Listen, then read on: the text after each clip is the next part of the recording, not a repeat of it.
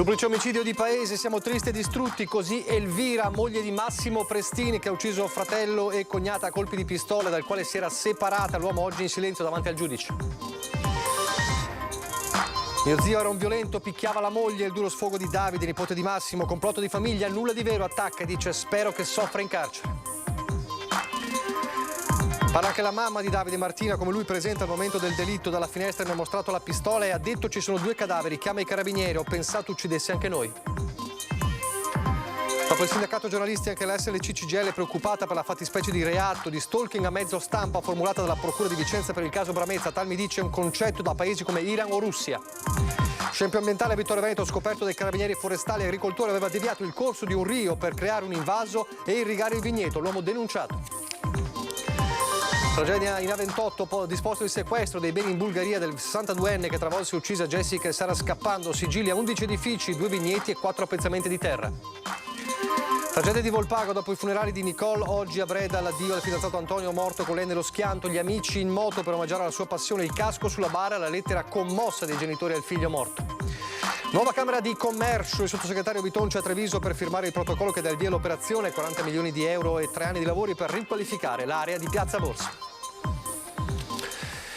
Telespettatori di Antena 3, buonasera e ben ritrovati. Il telegiornale di Treviso, dunque ancora in primo piano il duplice delitto di paese. Siamo tristi e distrutti, dice la moglie del killer Massimo Pestrin, questa mattina interrogato in carcere. Non lo perdono, dice invece il fratello Giancarlo, era geloso ma non doveva prendersela con Lino e Rosanna, non c'entravano niente. Siamo già tristi e distrutti, non possiamo parlare.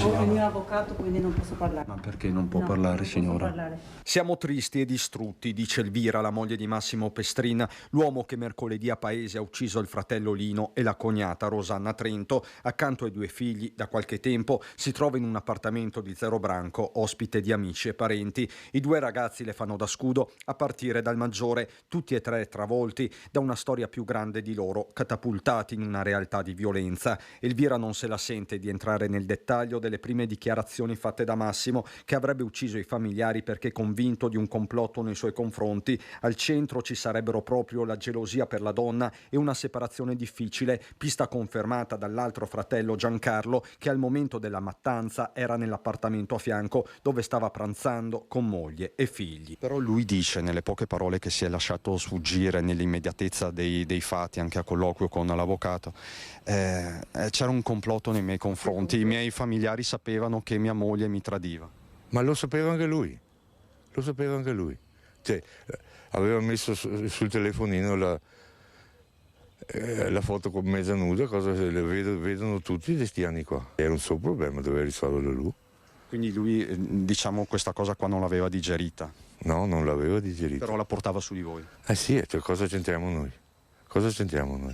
I suoi problemi si risolve e basta. Da molto tempo, da prima che l'appartamento di Via Noalese fosse ristrutturato? No, non era la situazione economica, non pagava l'affitto, l'hanno sfrattato. La trasparenza è questa, l'hanno sfrattato, ti hanno dato una data, a fine anno vai via e basta. Senta una cosa, è vero che c'erano botte, volavano botte tra loro? Non era un buon rapporto, non era un buon rapporto. Quindi Massimo picchiava la moglie? Sì, per me sì. Ma io si teneva, non so che ne ha mai espresso, non aveva mai detto niente neanche io, non ti risolvi i problemi così. In passato Massimo aveva aggredito anche il padre, deceduto alcuni anni fa. Lunatica perché serviva soldi per andare in Albania, perché doveva andare in Albania, ma lui era fatto così. O ti dava anche il cuore o ti occupava, infatti. A trovarlo in carcere? No, non esiste. Non esiste. E neanche il perdono non è detto. Non esiste. È il motivo, mi spiega il motivo, perché l'ha fatto. È il motivo perché lo ha fatto. I suoi problemi si tiene per lui, si risolve lui, non che altra gente che non c'entra niente. A parlare oggi a Paese anche Davide, il figlio di Giancarlo che abbiamo appena sentito, il 24enne nipote dell'assassino in carcere, un durissimo sfogo contro lo zio, e anche il giovane conferma violenze nei confronti della moglie. Non è una persona tranquilla, è una persona di per sé manesca. Si sono separati perché lui batteva lei, quindi... Un violento, un uomo che non mi è mai piaciuto. Davide, 24 anni, sospira più volte. C'era anche lui assieme a papà Giancarlo e a mamma Martina mercoledì nella Casa dell'Orrore di via Monsignor Breda. Quegli spari e quella scena impossibile da dimenticare e la rabbia per lo zio Massimo. Uomo tranquillo? Non è vero, dice, e ricorda un altro episodio. So che è stato un litigio con mio nonno, che adesso non c'è più, che aveva bisogno di soldi e mi ricordo che aveva spintonato mio nonno quella volta lì. Mio nonno, essendo aveva già i suoi anni, è morto che ne aveva 89, aveva già i suoi anni all'epoca, aveva già 80-82 e già vedendolo così, io avevo già capito che persona che era, ma che arrivasse a fare quello che ha fatto, no. Usare le mani avrei detto ok, ma usare un'arma e anche di per sé farla alle spalle vuol dire che sei un vigliacco e basta, perché non hai neanche il coraggio di affrontare le cose.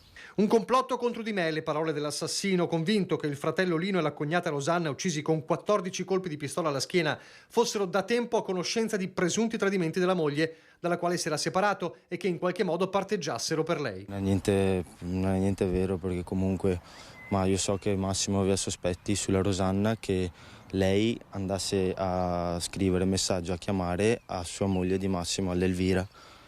Però quando parlavamo con la Rosanna diceva guarda, io non ce l'ho neanche il numero, quindi non riesco a mettermi in contatto con lei. E lui aveva questo presentimento qua, ma comunque non è mai saltato fuori. Impossibile, davvero impossibile perdonare. Una roba del genere, poi ti perdono se mi moglie un pugno sulla faccia o sull'occhio, ma questa roba qua non... Io spero che gli facciano tutto il male possibile e immaginabile che io ho in mente adesso, ma no... Io non sono una forza dell'ordine, non sono dentro in carcere, non posso fare niente. Spero che decidano al più presto di cosa farsi e che lo rinchiudino e che lo facciano patire in peggiore dei modi. Basta, io voglio solo quello, non mi interessa altro. È difficile superare un momento come questo. Spero di riuscire... Io sono sempre stato forte, rimarrò forte, però cerco sempre anche di deviare su altre cose, infatti... Stasera, se riuscirò, andrò al bar perché alcuni amici mi hanno chiesto vieni, sfocia, liberati un attimo. Adesso vedo comunque anche io star qua tutto, comunque star qui dentro ti viene, hai sempre il magone. E parla anche la mamma di Davide Prestin, Martina Sandre, moglie di Giancarlo Prestin, assieme a loro presente al momento del duplice delitto, e colei al quale l'assassino ha detto chiama i carabinieri mostrando la pistola. Sentiamo le sue parole. Ho sentito i colpi, una decina più o meno, adesso non li ho contati ovviamente. E quando sono uscita qua, lui era in fondo davanti all'abitazione.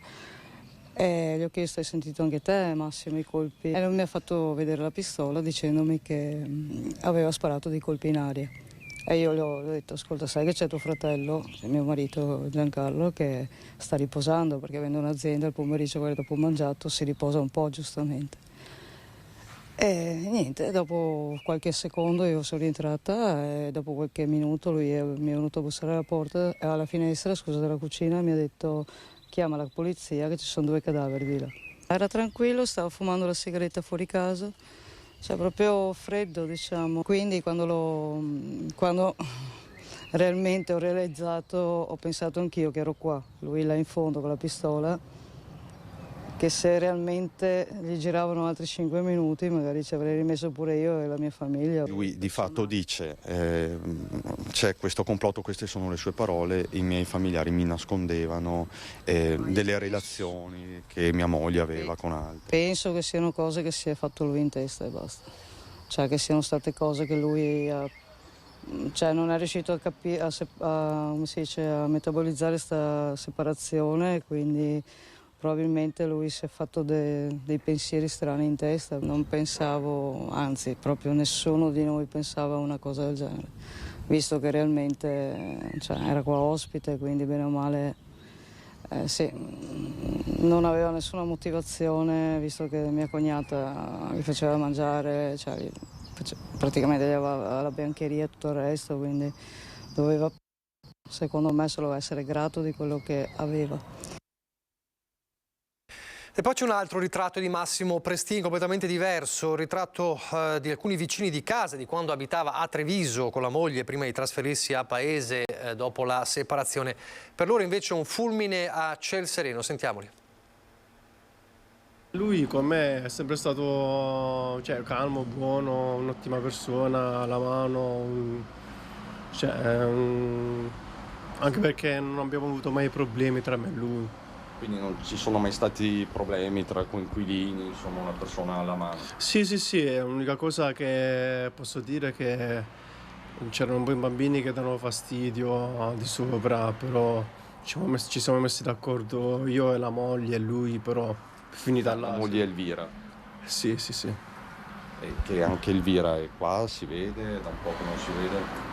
Sì, ma era qua, sì, ma ogni tanto veniva qua a fare le pulizie nel condominio, così. Ma litigavano, c'erano tensioni? No, tra loro no, erano sempre uniti, tutti e quattro, non hanno mai dato fastidio a nessuno. E quando si era scaricata, che aveva una vecchia macchina, aveva scaricato la batteria scarica, lui si è prestato, sì, è uscito fuori al balcone, ha detto Alessio che serve aiuto, ha detto sì, penso che la macchina non si accende più, la batteria è scarica, allora scendo, ti posso dare una mano? Sì, vieni, infatti poi siamo andati al centro commerciale a Silea, abbiamo acquistato quella batteria e mi ha fatto, insomma, si è prestato e mi ha fatto questo favore. Quindi un buon vicino di casa, non è Sì, no, non mi ha mai dato fastidio a nessuno. Quello è un attimo, poi magari avranno avuto dei diverbi in casa loro, dei genitori, della famiglia, quindi non lo so a che punto avrà arrivato, di usare, l'arma ce l'aveva, un minuto di follia e ha fatto quello che non doveva fare, questo è tutto. La procura invece, per la procura è stata invece di un gesto premeditato, non di un momento di follia. Intanto questa mattina si è svolto l'interrogatorio di garanzia in carcere. Pestrin si è avvalso della facoltà di non rispondere, resta in carcere. Nei primi giorni della prossima settimana sarà effettuato l'esame autoptico sul corpo delle vittime. È una persona di poche parole, questo rende tutto più difficile. Ecco, lei però chiederà una perizia? Adesso sto valutando. Avvocato, oggi come l'ha trovato? Turbato. E ha detto qualcosa lei? No, niente. È durato pochissimo l'interrogatorio di garanzia in carcere davanti al GIP Carlo Colombo per Massimo Pestrin. L'uomo reo confesso si è avvalso della facoltà di non rispondere. In queste ore si starebbe rendendo conto di quanto ha fatto, ha spiegato l'avvocato Annalisa Zanin, ma da quando è stato arrestato ha detto poche parole. Per ora parla poco. Era ossessionato però da questa relazione, l'aveva accettato questa fine di questo rapporto? Non glielo so dire, sembrerebbe di no, ma glielo dico così, non è presto per dire qualunque cosa perché lui ancora parla poco, quindi non so dirvi altro. Come mai si sarebbe accanito proprio con questo Lino? Ce lo domandiamo tutti. Io personalmente per prima, visto che lo devo difendere. Lino e Rosanna avevano rapporti con la ex moglie? Non glielo so dire. Chiuso in un silenzio, tante le domande a cui solo Massimo Pestrin potrà dare una risposta. Una persona lucida e distaccata, ha spiegato ieri il procuratore Marco Martani. Il 51enne ha ucciso a sangue freddo il fratello Lino e la cognata Rosanna con la pistola regolarmente denunciata, la stessa arma utilizzata nella sua attività di guardia giurata.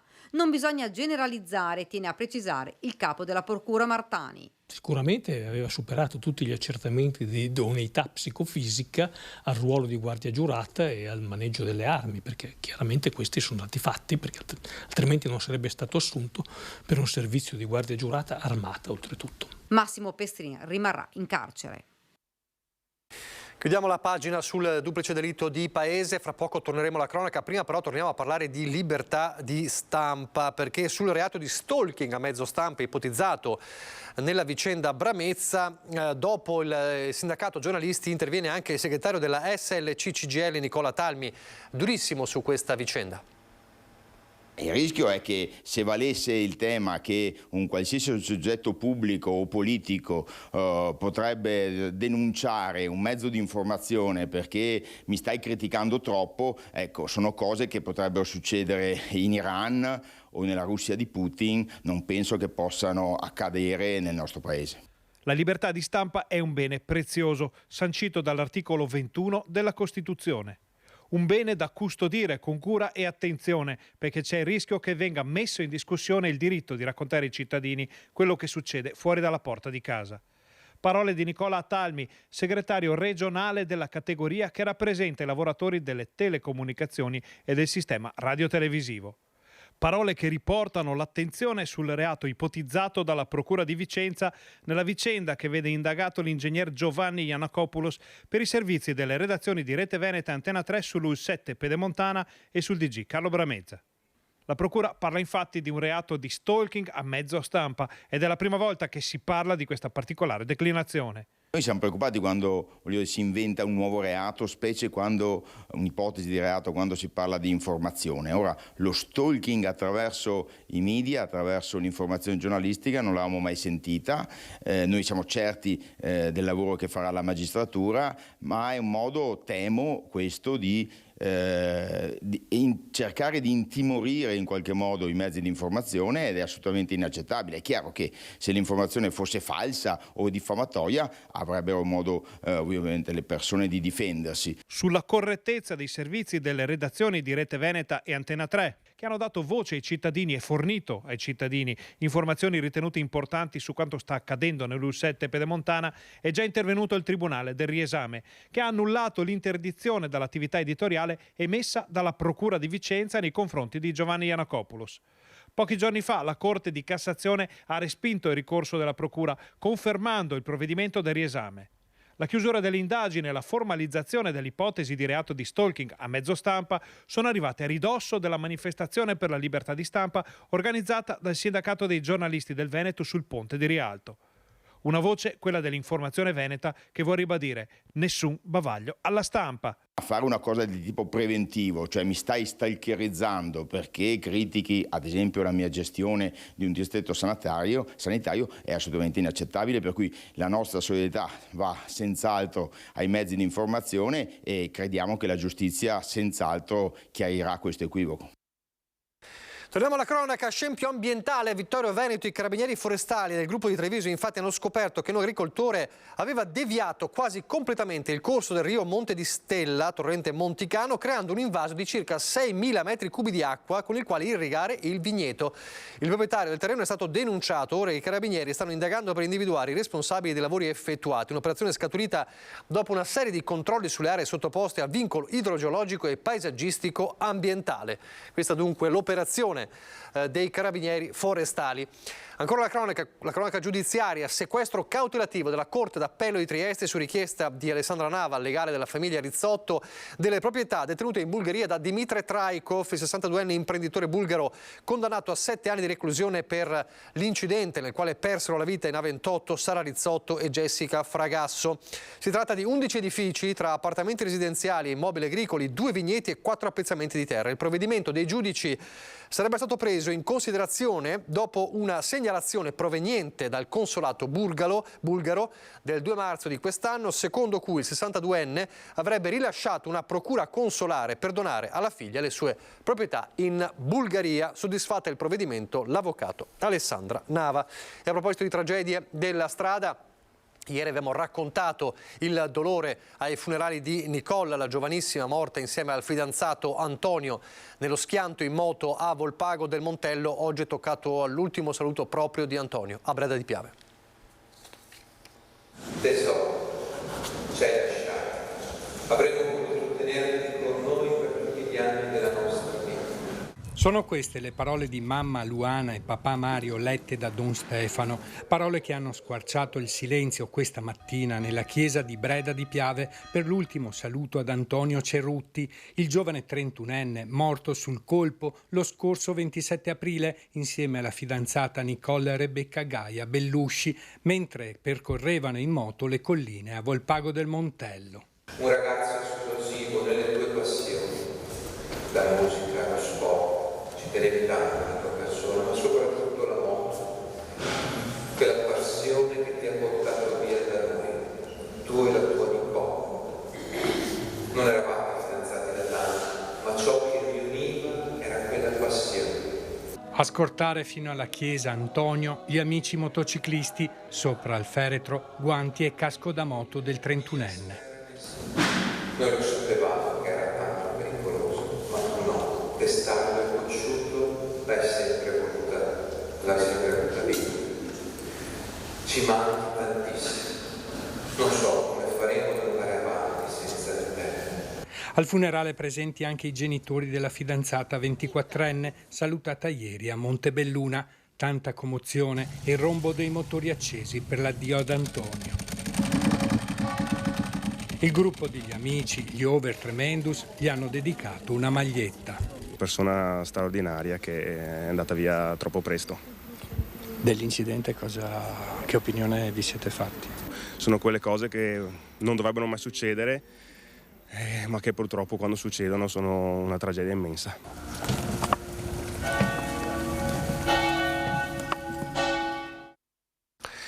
Un supermarket dello spaccio, come si dice in questi casi, è quello scoperto dalla polizia, dalla squadra mobile di Treviso, nell'abitazione di un 35enne di Nervesa della Battaglia che aveva nascosto in casa quasi 2 kg di droga tra marijuana e hashish.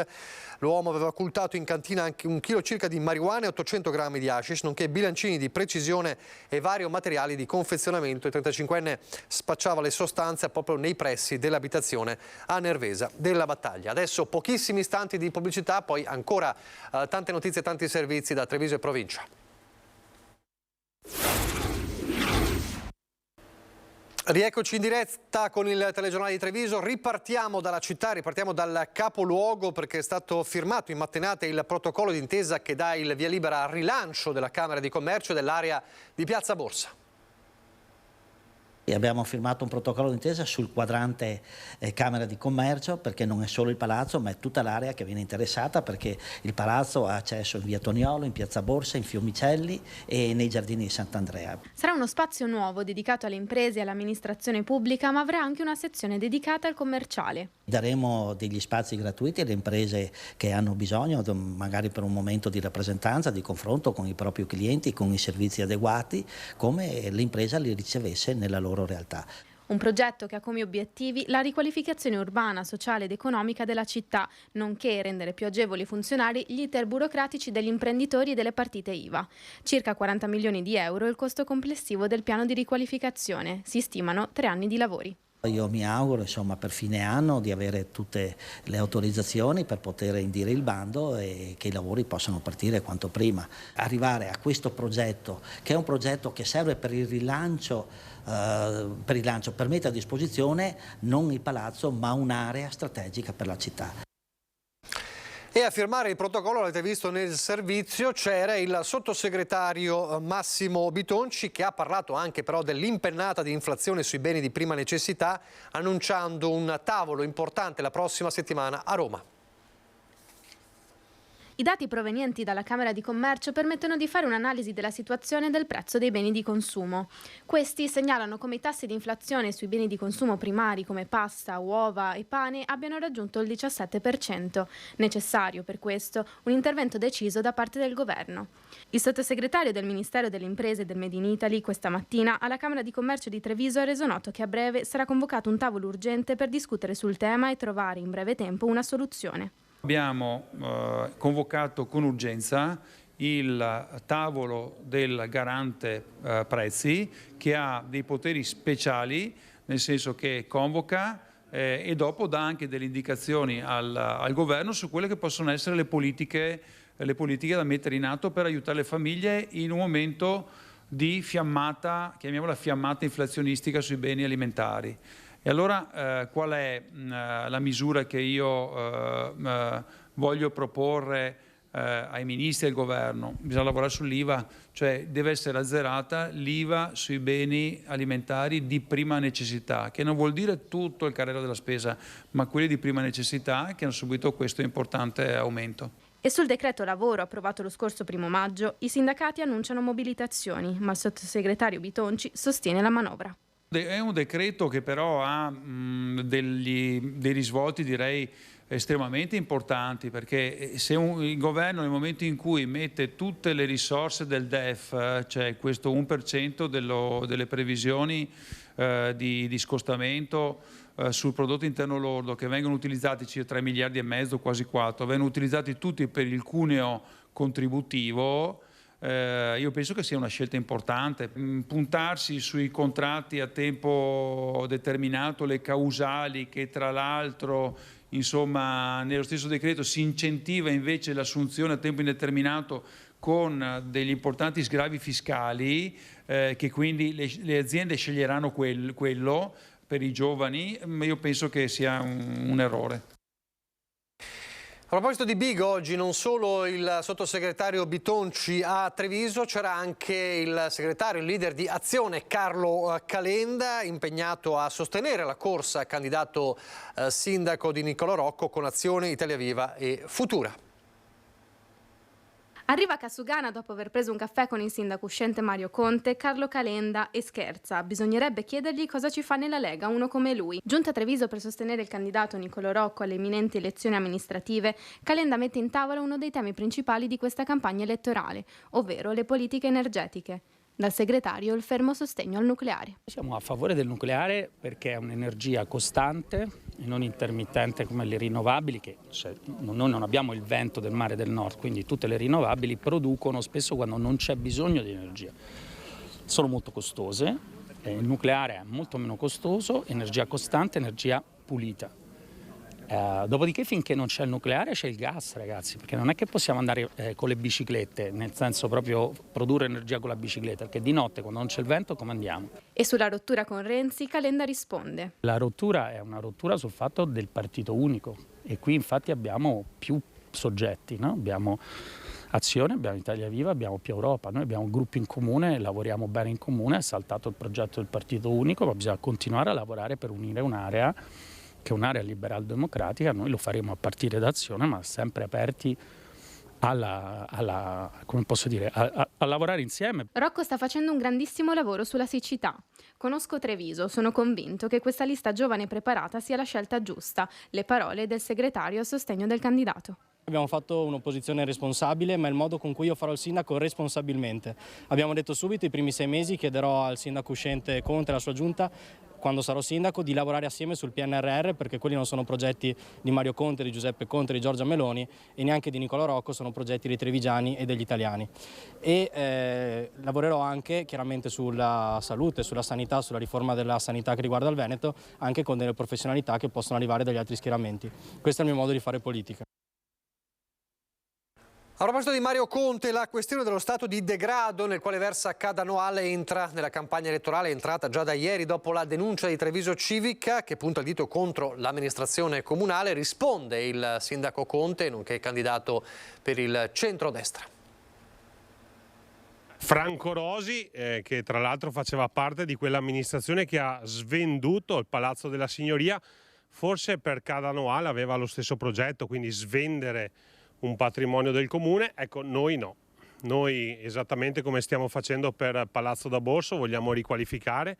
Abbiamo riqualificato Casa Robegan, che si trova accanto a Cadanoale, e nel giro di 2 anni troveremo anche le risorse per riqualificare e ampliare proprio Cadanoale, che quindi si va a collegare a Casa Robegan. Così risponde Mario Conte alle accuse di Treviso Civica, che ieri ha puntato il dito contro l'amministrazione per il degrado nel quale versa Cadano Hall, lo storico palazzo gotico che con la sua facciata affrescata domina sulla centralissima via Canova. Le stanze trasformate in deposito di materiale vario, guano, calcinacci ed un buco sul pavimento. I vincoli imposti per i fondi del PNRR non hanno consentito l'utilizzo di quel denaro per la riqualificazione di questo edificio che il Comune, continua Conte, sistemerà con fondi propri nei prossimi 2 anni. L'appello che faccio ai candidati è quello di evitare di prendere in giro la cittadinanza, come ha fatto Franco Rosi e Lo Sapio, raccontando un sacco di bugie. Loro in passato hanno svenduto il patrimonio comunale, noi lo stiamo riqualificando, è esattamente quello che faremo con Cadano Hall. Abbiamo parlato prima dell'inflazione, insomma, i rincari sulle famiglie. Ci sono le parole oggi in prima edizione del candidato Gianni Pietro Girotto, Movimento 5 Stelle, a sostegno ovviamente della lista per Maurizio Mestriner sindaco. Dice ridurre l'impatto del caro bollette su famiglie e imprese e puntare sulle comunità energetiche. Sentiamolo. La velocizzazione che possiamo ottenere dell'abbassamento della bolletta con le comunità energetiche e con le rinnovabili è il principale lavoro che io e il Movimento 5 Stelle ha svolto in tutti questi anni.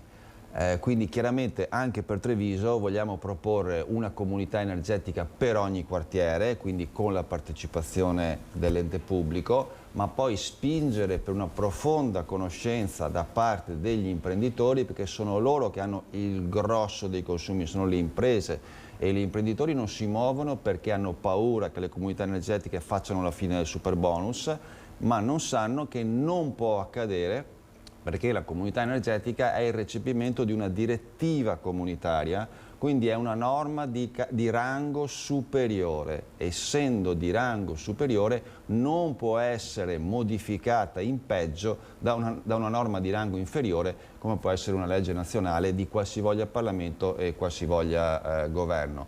Quindi questo, unito al fatto che è l'unico incentivo a disposizione per le imprese, perché le imprese che vogliono farsi energie rinnovabili non hanno altri incentivi a disposizione.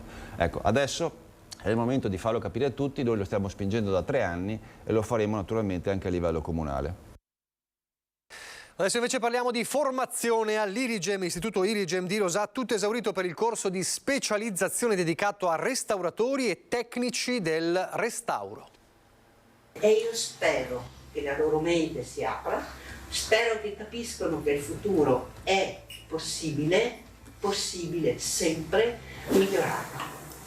Non un semplice ripristino, ma un intervento che racconta la poesia di un nuovo tempo attraverso la tecnologia e mani sapienti. È con questo spirito che Irigem, l'ente di formazione professionale, ha messo a disposizione di restauratori e tecnici un corso gratuito di specializzazione finanziato dalla Regione Veneto. 50 ore di lezione, una classe di 17 restauratori e in cattedra una docente d'eccezione. Il corso tratta di tecniche multispettrali a supporto del lavoro del restauratore. Si tratta di tecniche non invasive che ormai sono entrate nella routine. Tratterà parte teorica sulle tecniche multispettrali, sull'utilizzo di diversi materiali, l'individuazione di diversi restauri, dopodiché passeremo alla parte pratica, quindi con applicazione di strumenti, acquisizione di immagini, elaborazione di immagini e appunto interpretazione dei dati. Custodire il patrimonio, conservarlo e renderlo fruibile a tutti, un ruolo, quello del restauratore specializzato, sempre più richiesto. Avere restauratori formati in un certo modo e che abbiano seguito corsi di specializzazione che intendono appunto offrire una panoramica su nuove tecniche, nuove indagini è molto importante. Che cosa si aspetta da questo corso? Beh, sicuramente di migliorare le mie conoscenze e poter migliorare anche nella mia attività lavorativa. E se da una parte si celebra un inizio, dall'altra si premia la fine di un percorso, consegnati gli attestati di qualifica professionale per il corso di tecnico del restauro di beni culturali 2022 che ha visto partecipanti da tutto il mondo. Cosa le è piaciuto di questo corso? A ver, como yo soy restauratrice d'arte, pensavo fare la specialistica in carta. Finalmente l'ho trovata. Un'impronta, quella di Irigem, riconosciuta in tutto il territorio. È un istituto scolastico, un istituto professionale importante per il nostro territorio, non solo per OSA, che sono opportunità che permettono anche di conoscere, non solo poi, e imparare a conservare quello che è il nostro patrimonio culturale e artistico.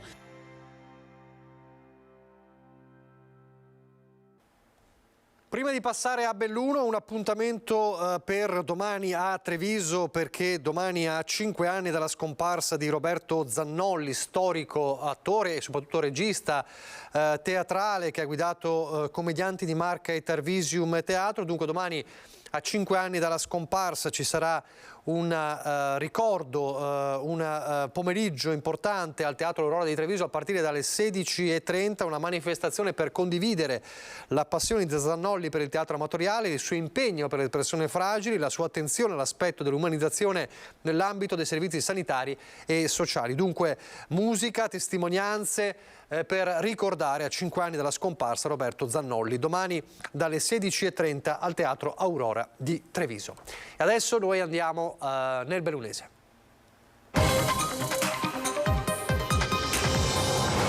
In primo piano i cambiamenti climatici. Spopolamento e invecchiamento. Saranno i cambiamenti climatici a salvare la montagna bellunese? L'interrogativo aperto e urgente, esperti di politiche di sviluppo riecheggia da questo pomeriggio a Villa Doglioni Dalmas, sede della 2 giorni organizzata da Confindustria Belluno, che ospita i massimi esperti nazionali di clima e sviluppo montano.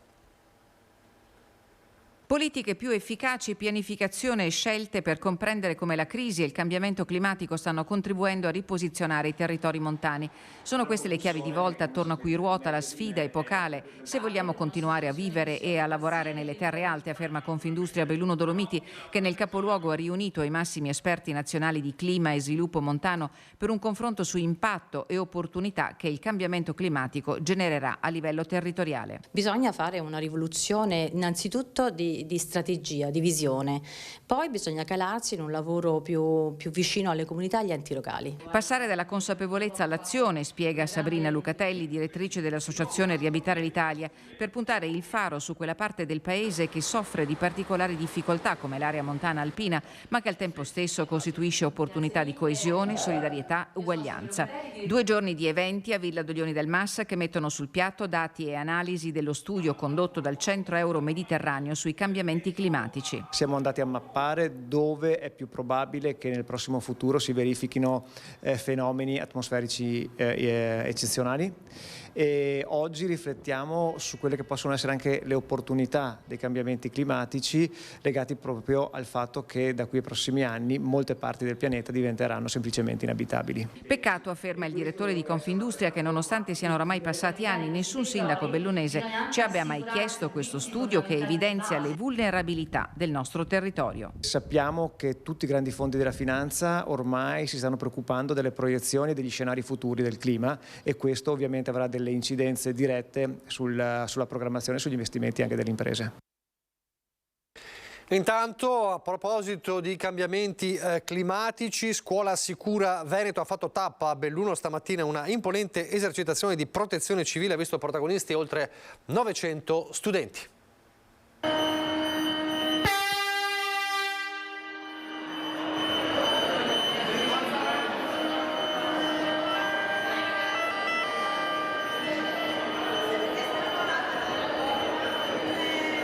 Prova di evacuazione generale all'Istituto Renier di Belluno, unica scuola della provincia scelta dalla Regione per l'esercitazione di protezione civile, che rappresenta un momento altamente educativo rispetto a comportamenti corretti da tenere in caso di pericoli e incidenti. Questa mattina viene simulato un evento calamitoso, nella fattispecie in questo caso è un incendio, ma potrebbe essere un terremoto, e quindi i ragazzi si trovano protagonisti di un evento e assistono a a quello che succede nella situazione reale. Allarme, avvio delle procedure, evacuazione propriamente detta e recupero dei feriti da parte dei soccorritori. Oltre 900 studenti hanno potuto testare sul campo l'attività della complessa macchina della protezione civile con vigili del fuoco, personale sanitario del SUEM, polizia locale e volontari. I ragazzi vedono un sistema molto articolato, molto complesso, e io mi auguro che possano entrare nel mondo dei soccorsi o come volontari o come professionisti, e che poi quello che imparano con magari pochi gesti che possono sembrare banali ma che sono fondamentali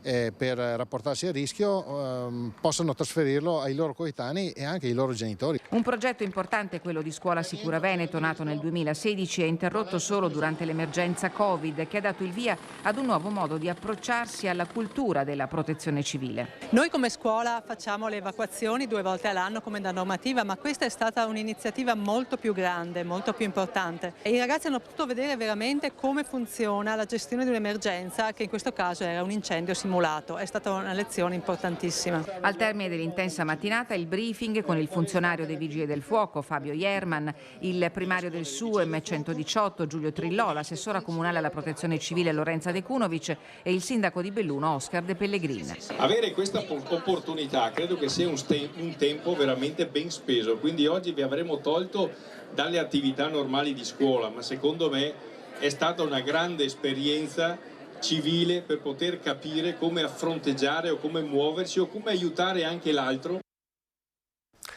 A Feltre ora l'amministrazione Perenzin avrebbe lasciato un attivo di 390.000 euro. La giunta invece, guidata da Vivian Fusaro, parla di conti in rosso, decide manovre correttive, così chi è passato all'opposizione contrattacca. Giunta Fusaro nel mirino, opposizione all'attacco. Dopo l'aumento delle imposte comunali è arrivata la rinegoziazione dei mutui. Secondo le minoranze, l'amministrazione si sarebbe giustificata dicendo di aver deciso gli aumenti, non sapendo che avrebbe potuto andare a lavorare sul bilancio attraverso la rinegoziazione. Tra chi contesta, ecco 2 consiglieri, di cui uno si era candidato sindaco per il centro-sinistra, l'altro guida ora il PD a livello provinciale. Come consiglieri di minoranza volevamo portare all'attenzione dei cittadini quello che stiamo analizzando dagli atti. Loro abbiamo visto da prima un innalzamento delle tasse con l'aumento dei primi 2 scaglioni addizionali IRPEF. Questo era motivato dall'aumento dei costi energetici e dai costi di personale. Poi scopriamo che l'amministrazione Fusaro ha anche intenzione, e è agli atti del prossimo Consiglio Comunale, la rinegoziazione dei mutui, un meccanismo che era stato concesso esattamente per finanziare i maggiori costi di energia.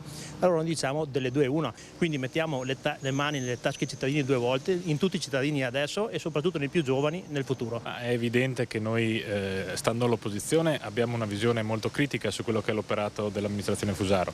Oggi ribadiamo che le operazioni economiche fatte a bilancio sono evidentemente spropositate, è stato spiegato anche negli interventi precedenti. È evidente che rimane un giudizio molto molto critico su quello che è l'operato. Vediamo pochissime prospettive per la città e soprattutto vediamo atteggiamenti in Consiglio e approvazioni di cose in Consiglio che secondo noi sono molto gravi sul piano politico. L'aumento delle imposte frutterà alle casse comunali 450.000 euro. Dei 18 milioni impegnati in 75 mutui se ne sono rinegoziati una piccola parte per un ammontare di 290.000 euro che andranno restituiti in rate annue da 15.000 euro per i prossimi 4 lustri. Se ne discuterà l'8 maggio alle 18.30 in un consiglio comunale che le opposizioni si augurano partecipato da parte della cittadinanza, tanto in presenza come online. Torniamo a Belluno, parliamo del salotto buono della città che da ieri sera, dopo quasi 2 mesi di cantiere, torna ad avere nuovamente la sua fontana.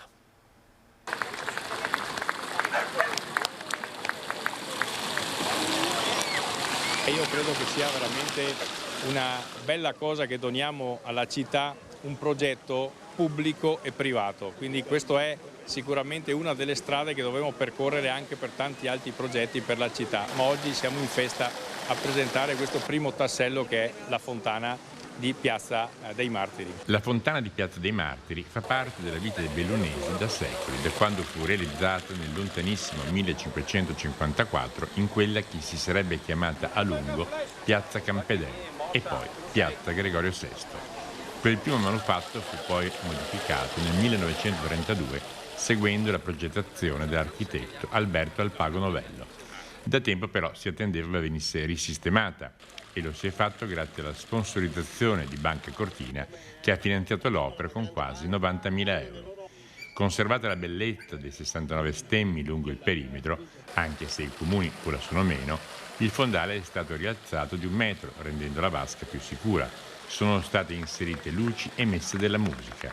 All'unico oggetto che c'era ne sono stati aggiunti una dozzina, e l'acqua ora è al circuito chiuso, 20 metri cubi che vengono costantemente depurati, quando in passato erano sì 20 metri cubi, ma al giorno. Mi ricordo già da tanti anni fa, forse anche della mia infanzia, questa fontana era da rifare perché era uno spreco d'acqua, era collegata direttamente all'acquedotto e quindi continuava a uscire l'acqua, che l'acqua è veramente un bene comune. Poi anche la sicurezza, perché aveva sicuramente una profondità che non era sicuramente consona alla sicurezza, e io credo che questo sia l'esempio di concretezza, e quando si vuole realizzare una cosa, una miglioria per la città, siamo riusciti a realizzarla. Mi auguro che questo sia la prima di tante altre opere.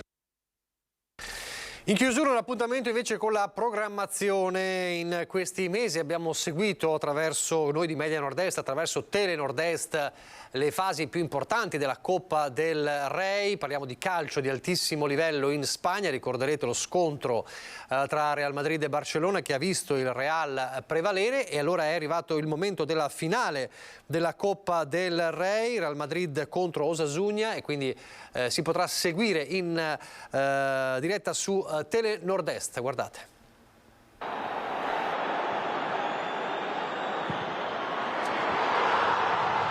L'attesa è quasi finita, il conto alla rovescia quasi terminato per il calcio d'inizio della finale della Coppa del Rey, una finale che nessuno aveva previsto. Il Real Madrid, il club più titolato al mondo, e la Cenerentola Osasuna di Pamplona, che va a caccia del primo trofeo dei suoi 103 anni di storia. Una sfida che sarà trasmessa da Tele Nord-Est sabato alle 22. Dopo il record di ascolti della semifinale di ritorno, ora in esclusiva in chiaro la finale della Coppa del Rey. L'Osasuna cerca l'impresa allo stadio Cartuja di Siviglia. I Blancos di Ancelotti, ancora in corsa anche in Champions League, che li vedrà lottare contro il City di Guardiola, cerca la sua 20ª Coppa del Rey. Una finale tutta da vivere su Tele Nord-Est questo sabato alle 22. Non perdere dunque per i tanti appassionati di calcio. Noi ci fermiamo qui, vi lascio le previsioni del tempo. Grazie per averci seguito, arrivederci.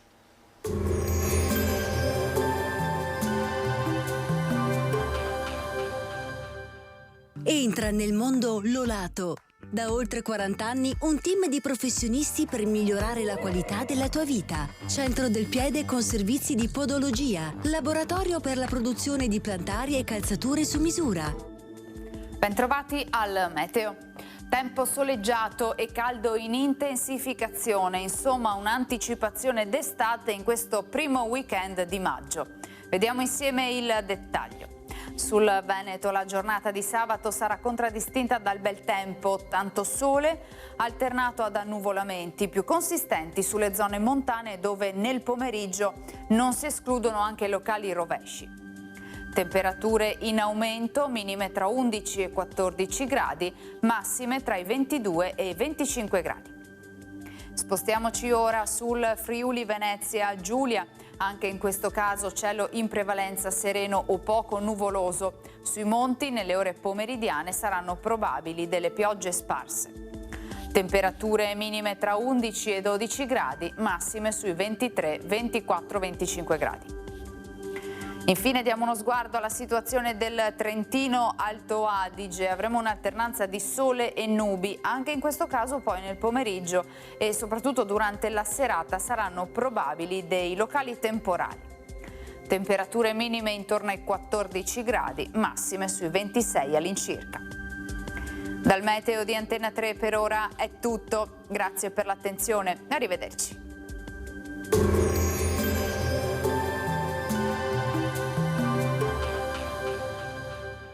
Busti, tutori e protesi di arto personalizzati. Ortopedia e sanitaria Lolato. A Treviso e Montebelluna. Lolato, soluzioni per star bene.